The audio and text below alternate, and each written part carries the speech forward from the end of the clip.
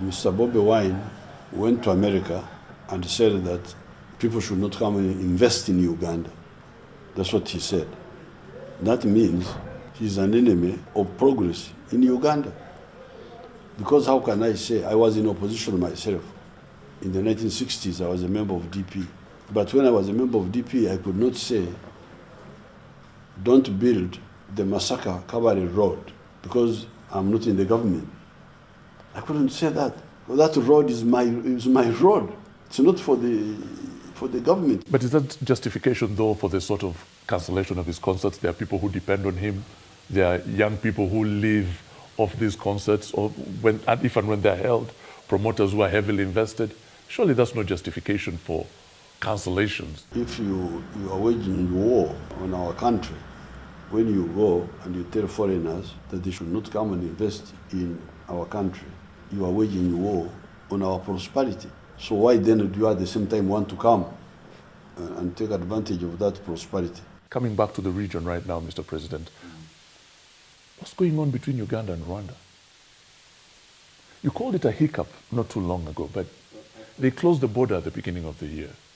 The border is still closed now. Hundreds of millions of dollars are lost on both sides. What I have said is that I'm not going to discuss in the press what I have time to discuss with President Kagame in a confidential meeting. This is clearly not something that is shared on the other side, because we get the sense from what Kigali is saying that Kampala is supporting people who are looking to destabilize the government. There are people who are going as far as saying that you are interested in regime change in Rwanda, that there are Rwandans who are being held in places, in undesignated, ungazetted places in Uganda. Surely these are issues that you ought to be reacting to. We were in Rwanda, Angola.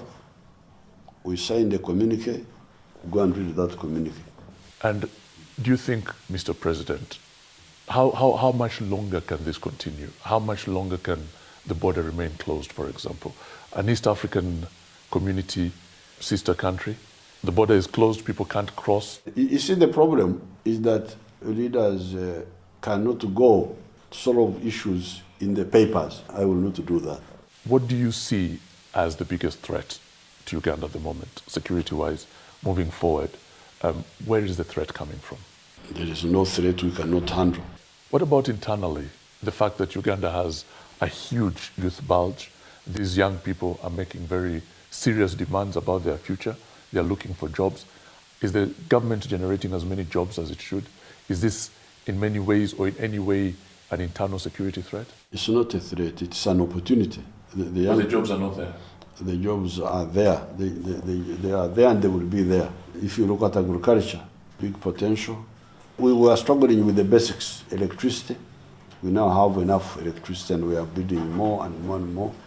One of the issues is the mentality. Because some of the people are looking for white-collar jobs instead of looking for jobs. There is commercial agriculture, there is industry, factories, there is services, hotels and so on. You can see how many people are already employed in transport, then ICT. These are the four sectors, and we are deliberately working on each one of them to create jobs for our people. The youth are not a problem, they are actually an opportunity.